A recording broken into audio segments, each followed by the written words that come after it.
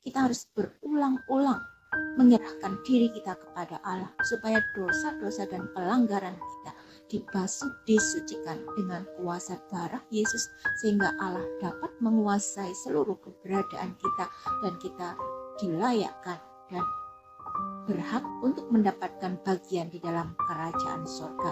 Dan jikalau kamu adalah milik Kristus, maka kamu juga adalah keturunan Abraham dan berhak menerima janji Allah.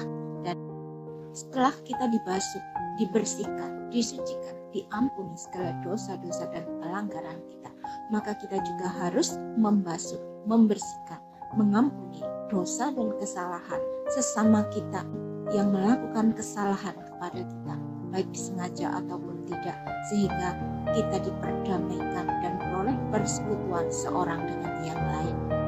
Kamu menyebut aku guru dan Tuhan, dan katamu itu tepat, sebab memang akulah guru dan Tuhan.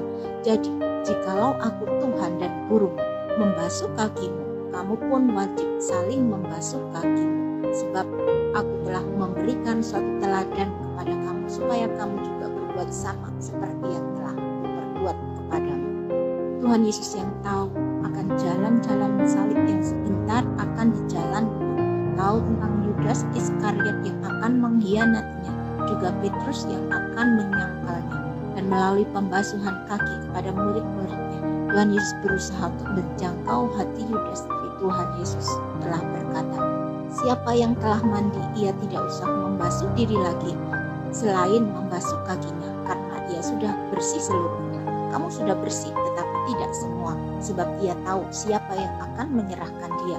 Karena itu ia berkata, tidak semua kamu bersih. Demikian juga dengan Yudas Iskariot yang tidak tahu apa-apa akan apa yang akan terjadi dengan dirinya. Tapi karena hatinya loba, rakus, dan cinta akan dunia ini menyebabkan hati Yudas menjadi keras, sehingga iblis dengan mudah untuk merasukinya, dan segala usaha yang Tuhan Yesus sudah perbuat untuk mencapai hatinya telah ditolaknya. Dan akhirnya Tuhan Yesus berkata, siapa yang menerima orang yang kuutus, ia menerima aku, dan siapa yang menerima aku, ia menerima dia yang mengutus aku. Jadi hanya Yesus Kristuslah jalan untuk kita sampai kepada Allah Bapa.